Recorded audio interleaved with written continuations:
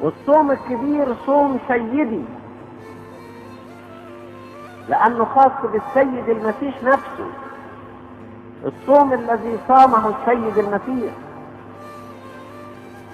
فإن كان الرب صائما من أجلنا ألا نصوم من أجل أنفسنا؟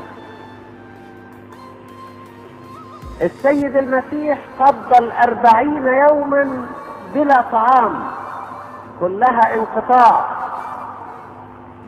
فإن كنا لا نستطيع أن نطوي 40 يوما، أفلا نأخذها على الأقل بأعمق قدرة من النسك نقدر عليه؟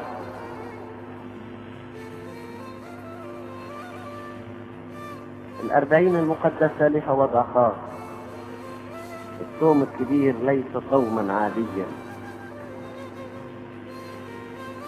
اللي يقدر يمرن نفسه في حياة النسك، في الصوم، في الصلاة، في العبادة، في التأمل، في ضبط النفس، في الروحيات،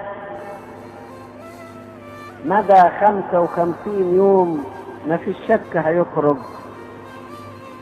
بأسلوب آخر،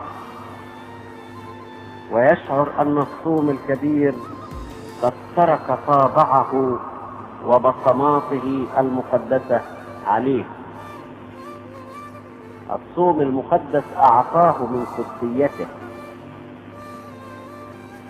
وقدسه. ده اللي احنا عايزين نخش على الصوم بروح تانية.